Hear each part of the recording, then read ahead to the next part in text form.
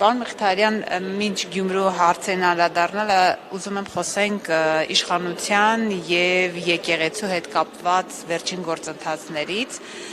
Իշխանությունն ասում է, պարզ հարց են տվել եկեղեցուն եւ այդ հարցի պատասխանը, ինչպես հասկացանք, Նիկոլ Փաշինյանն ասում է, փաստեր ունեմ, գիտեմ կուսակրոնության ուխտը խախտել եմ եւ հիմա վեհապարին ասում է, պետք է հեռանաս վեհարանից։ Եվ հանձնախումբ է կազմում, համակարգող խումբ է կազմում, ինչ է իրականում տեղ ունենում, ինչ է ուզում Նիկոլ Փաշինյանը։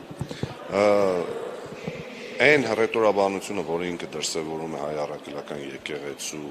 հանդեպ, ոչ միայն անընդունելի է, ամոթ է ցանկացած հայ մարդու համար, հավատացյալ լինի թե աթեիստ, որովհետև հայ առաքելական եկեղեցին ամեն ինչից զատ, նաև այն ինստիտուտն է, որը այս ազգը 1700 տարի պահպանել է, այն համակարգն է, որը ամենաերկարն է։ Փորձը ցույց տվեց, որ մեր անկախ պետության 30 տարվա ստեղծված համակարգերը առաջինից ցնցմանը չդիմացան 2018 թվականի մասին է խոսքը։ Իսկ եկեղեցին 1700 տարվա ընթացքում զբաղվել է ամեն ինչով՝ ազգապահպանություն, մշակույթի պահպանում, լեզվի պահպանում, ամեն ինչ պատմության պահպանում։ Ըստ այդմ, եթե դու 7 տարի կառավարում ես այս երկիրը, 7 տարի ունես քո ենթագայության տակ ուժային բոլոր կառույցները, եւ եթե նույնիսկ ունես որոշակի տվյալներ կամ փաստեր, որոնց մասին դու խոսում ես, ազգի, պետության ու ազգայինի մասին մտածող մարդը կփորձեր այդ հարցերը չբարձրաձայնել, այլ հայ առաքելական եկեղեցու հետ լուր հարաբերվելու միջոցով իր հարցերի պատասխանները ստանալ։ Եթե 7 տարի դրա մասին չի խոսվել, խոսվում է հենց այս բային, եւ վերջին 3-4 տարիների ընթացքում բոլոր սոցիոլոգիական տվյալներով հայ առաքելական եկեղեցին ամենաբարձր վստահությունը վայելող համակարգն է Հայաստանի Հանրապետությունում, ու 26 թվականի ընտրություններին քիչ ժամանակահատված է մնացել, իսկ տվյալ անձնավորության վարկանիշն է բոլորս գիտենք շերիշակի մակարդակի է, ապա մնում է ընդամենը մի բան, նաև հաշվի առնելով չմոռանանք այսօր որտեղ է գտնվում տվյալ անձնավորությունը, հերանցնում է գնացել, ամենայն հավանականությամբ հայրական հորդորներ կստանա եւ կգա իհարկե կփորձի ինչ-որ բաներ իրականացնել։ Այս ամբողջը հաշվի առնելով հարցակումները հայ առաքելական եկեղեցու վրա ոչ այլ ինչ են, քան հավանական խանգարող հանգամանքի բացառումը, չեզոքացումը 2026 թվականի ընտրություններին ընդառաջ։ Խոսքը նրա մասին չի, որ եկեղեցին վտանգ է ներկայացնում իր իշխանության համար։ Վստահաբար, ցանկացած հայկական բան, ինչով է վտանգ։ քաղաքական ուժ չի, բայց ունի մեծ հեղինակություն, որի խոսքը շատ արժեքավոր կարող է հանդիսանալ ցանկացած էլեկտորատի համար։ Վստահորեն պնդում եմ, որ հայ առաքելական եկեղեցու կոնկրետ բարձր հեղինակություն ունեցող սպասավորների եւ իհարկե վեհապար իրոջ խոսքը վստահորեն մեծ հեղինակություն վայելող է, այնպես որ այդ մարդը կռվում է սեփական գոյությունը եւ սեփական իշխանությունը զուտ երկարացնելու կամ նույնիսկ փորձելու վերարտադրելու համար։ Ուրիշ բան չի անում։ Եկեղեցին ունի խնդիրներ, ամենայն հավանականությամբ ունի։ Ով պիտի լուծի եկեղեցու խնդիրները, այն 1700 տարվա համակարգը, որը այդ ընթացքում միշտ ունեցել է խնդիրներ եւ ինքն իր մեջ այդ խնդիրները լուծել է։ Առավել եւս, եթե մարդ, որը չի փայլում որպես օրինակ հայ առաքելական եկեղեցու հետևորդ լինելու, սկսված մկրտվածությունից վերջացրած ամուսնություն։ Ամուսներ գրառումներ անում, ամուսները գրում իր ֆեյսբուքյան էջերում։ Գիտեք, ես կարող եմ շատ լավ չասեմ, ես կարող եմ երկեր գրել, բայց ես երբեք ինձ իրավունք չեմ վերապահի ինձ անվանեմ կոմպոզիտոր, որովհետև ուղղակի ստացվել է, որ ես կարողանում եմ երկեր գրել։ Ինչ որ մարդկանց դուրը գալիս է, ինչ որ մարդկանց դուրը չի գալիս, բայց ես կոմպոզիտոր չեմ, ես չգիտեմ տեսություն, ես չգիտեմ գարմոնիա եւ դրանից բխող բոլոր հետևանքները։ Ըստ այդմ սաղմոսներ գրելը կանոնակարգ դիրքն է բերում։ Տեսեք, ցանկացած նմանատիպ բան օրինակ բերելը դեռ չի նշանակում, որ դու ինքդ դրան հետևում ես։ 7 տարվա ընթացքում մենք տեսել ենք բազմաթիվ խոստումներ, բազմաթիվ նոր բանաձևերի ներմուծում, Հայաստանն իմ օջախն է, ժողովուրդը իմ ընտանիքն է։ հետո երբ կորոնավիրուս եղավ, ինքը ասաց, որ ժողովուրդն է մեղավոր, որ այս ամեն ինչը տեղի է ունենում։ Մի օր ասում է, որ ֆորս մաժոր է գնահատել պետությունը, այս ամեն ինչը կոմունալները անվճար է լինելու, 20 օր հետո ասում է, եթե կոմունալները չմուծեք, կոլապսի է ենթարկվելու պետություն։ Այս մարդը պետություն հասկացողությունը իր սովորական խաղալիքն է դարել, իր համար դարել է մի լրագրողի Word-ի ֆայլ հոդվածի, որտեղ երբ ուզենաս, ինչ որ մի հատված ուղղակի կջնջես, առանց մտածելու, որ այդ արդեն կարտացել են մարդիկ, լսել են քեզնից այդ ամ, չէ, ինքը ասում է, ես ջնջել եմ, այդ գոյություն չի ունեցել։ Իր մորուքն էլ ինքը դրա համար է թրաշը, որպեսզի մարդկանց ներքը, չէ, այս այն մարդն էր պարտվածը, այս թրաշված մարդը չի պարտվել։ Այն անթրաշն էր պարտվածը։ Ասում է 7 տարին հաջողության պատմությունը մենք ոչ թե կորցրել ենք Արցախը, այլ գտել ենք Հայաստանի Հանրապետությունը։ Մոտավորապես նույն բանը կարող է ասի Հայաստանի ֆուտբոլի ազգային հավաքականի ցանկացած մարզիչ, երբ հավաքականը 9-0 պարտվում է, ինքը կարող է ասել մենք ոչ թե կորցրել ենք դարպասները մեր, այլ գտել ենք գնդակ։ Հիմա մենք գնդակ ունենք։ Հիմա այս նման ձևակերպումները անող մարդը ուղղակի նստում մտածում է, առաջի բանը, որ ինքը մտածում է, ցանկացած խնդրի պարագայում։ Օրինակ, Սուրմալուի դեպքը որ լինում է, ես վստահորեն ասում եմ, ինչ է անում Հայաստանի Հանրապետության կառավարիչը։ Սկզբից ինքը մտածում է, թե ինչի ինքը մեղավոր չի։ Ոչ թե զանգում է ԱԻ-ին, ոչ թե զանգում է ներքին գործերի նախարարություն, ոչ թե զանգում է առողջապահության նախարարություն, ոչ թե գոռում է գնացեք հասեք փրկեք հանեք մարդկանց, այլ առաջի բանը որ անում է, ինքը նստում մտածում է, ինչ ինքը մեղավոր չի։ Հիշում եք պատերազմի ժամանակ, երբ պատերազմը ավարտվեց, իր մենախոսություններից մեկի ժամանակ ինքը ասում էր, ինչի բանը գերագույն գլխավոր հրամանատարը մարդ է վարում, ինչի, բայց ինքը ասում էր ով կասկածի իմ գերագույն գլխավոր հրամանատարի ունակությունների վրա եւ ստապվեք, ինչ որ այսպեսի բաներ էր անում։ Հիմա ստապության կոչ անել Հայաստանի Հանրապետության 7 տարի անստապ վիճակում գտնվող ղեկավարին չեմ փորձի ես, ուղղակի մեր ժողովրդին ու մեր ազգին պիտի հորդորեմ խոհեմություն ցուցաբերել, մի քիչ էլ համբերել, բայց միշտ պատրաստ լինել նրան, որ ինչ որ մի պայի մենք պիտի կարողանանք մեզ վերադարձնենք այն կորած, այն ոտնահարված արժանապատվության չափը, որը ցավոք սրտի ամեն տարի այն մակարդակի է իջնում, որ դու նույնիսկ ամաչում ես դրա վերաբերյալ բանավիճել այլ ազգի ներկայացուցիչների հետ։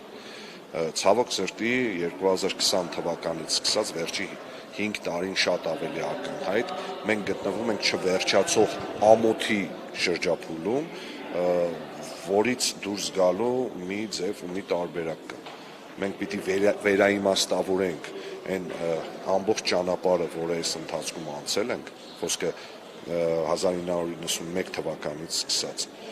հստակ ձևակերպումներ տանք են բոլոր խնդիրներին, որոնց գուցե նաև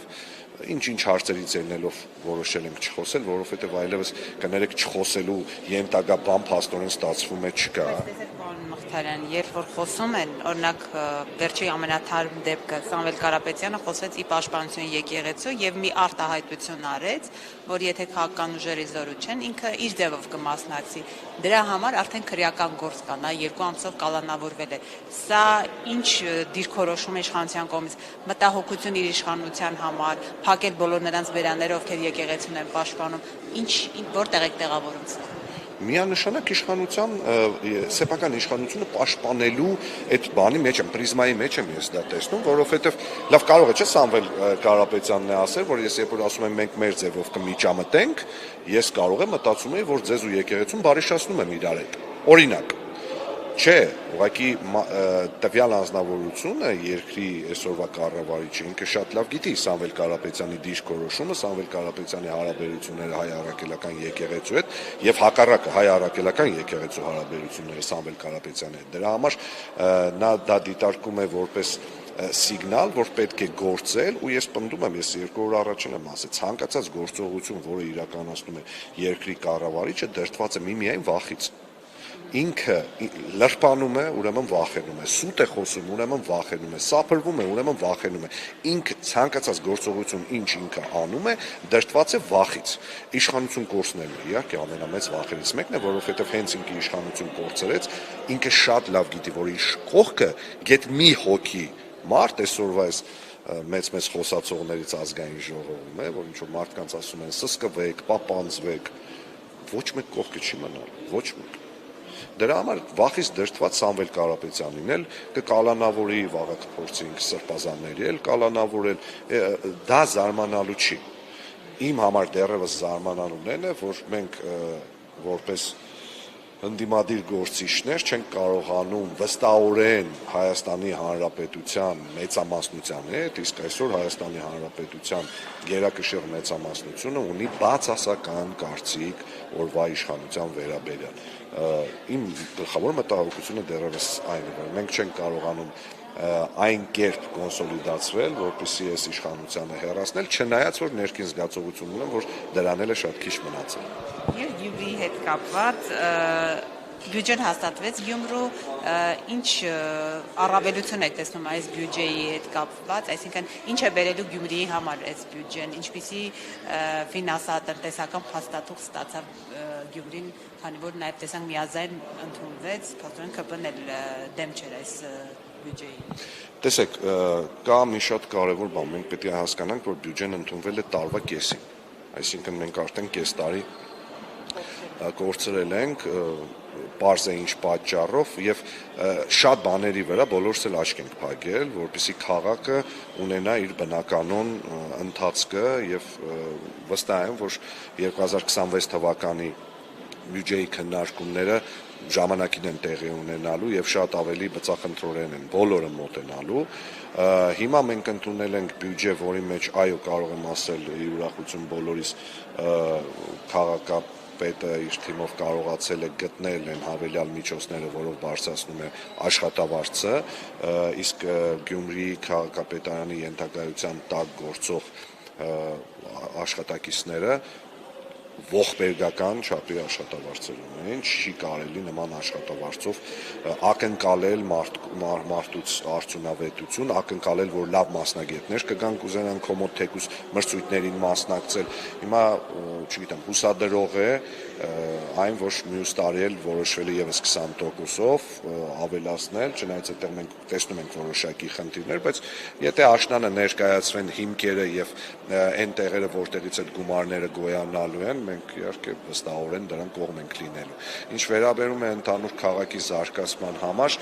ես ավելի շատ հույսեր կապում եմ 2026 թվականի բյուջեի հետ, որովհետև ու 5-ամյա զարգացման պլանի հետ, ծրագրի հետ, որովհետև մենք գոնե թե 26 թվականից նոր կկարողանանք շոշափելի դարձնել այն բոլոր ծրագրերը, որի մասին նաև մենք քարոզարշավի ընթացքում ենք խոսել, դա հիմա տուրիզմից, մշակույթի։ Այո, ես ուզում եմ ասեմ, որ ի պատիվ թե քաղաքապետի, թե փոխքաղաքապետի, նրանք բաց են բոլոր տեսակի քննարկումների համար եւ օրինակ մեկ միջոցառում մենք անցկացրեցինք, գիտեք, քաղաքային մեծ վերջի զանգ անցկացրեցինք, ակնհայտ ցույց տվեցինք արդյունավետությունը տվյալ աշխատանքի եւ համագործակցության քաղաքի բյուջեից 1 դրամ չծախսելով։ Մենք այդ օրը քաղաքի հրապարակում կարողացել ենք 27000 հոգի մարդ հավաքել, որից 8-ից 10,000 մարդ դրսից էին եկել, իսկ դա նշանակում է շաբաթվա մեջտեղի օր, այս չորեքշաբթի օր, շաբաթ-կիրակի չի, որը սովորաբար Գյումրիում այսպես թե այնպես մարտաշաբթ է լինում, Եվս մեկ օր ու մեկ գիշեր մենք հնարավորություն տվենք մեր հյուրանոցներին, մեր ռեստորաններին, կաֆեներին, սպասարկման ոլորտին աշխատելու։ Հիմա այս փորձը, որը մենք հիմա արեցինք մեր միջոցներով, բացարձակ հովանավորներ էլ չբերելով, որպեսզի հովանավորների համար էլ պարզ դառնա, թե երբ մենք խոսում ենք, ինչի մասին ենք խոսում։ Այսինքն մենք ունենք հիմա դեմո տարբերակ մեր ձեռքերին, որը նաև ներկայացնելու են 26 թվականի ծրագրերի համար եւ փորձենք քիչ-քիչ այդ ամեն ինչի մասին խոսում ենք իրականացնենք, որովհետեւ մեր բոլորի քաղաքն է, իմ շատ սիրելի քաղաքն է եւ նաև քաղաքի մարդկանց վերաբերմունքն է փոխվում իրենց քաղաքի հանդեպ, երբ ինքը տեսնում է, որ քաղաքը իրոք դարձել է տուրիստական էական կենտրոն, այսինքն միայն ինչ 4 փողոցները կամ 6 թանգարանները չեն, մարդիկ ուզում են գան Գյումրի, որովհետև Գյումրիում անընդհատ իրադարձություններ են տեղի ունենում, առաջ Աստված ուսամ այդպես էլ կա։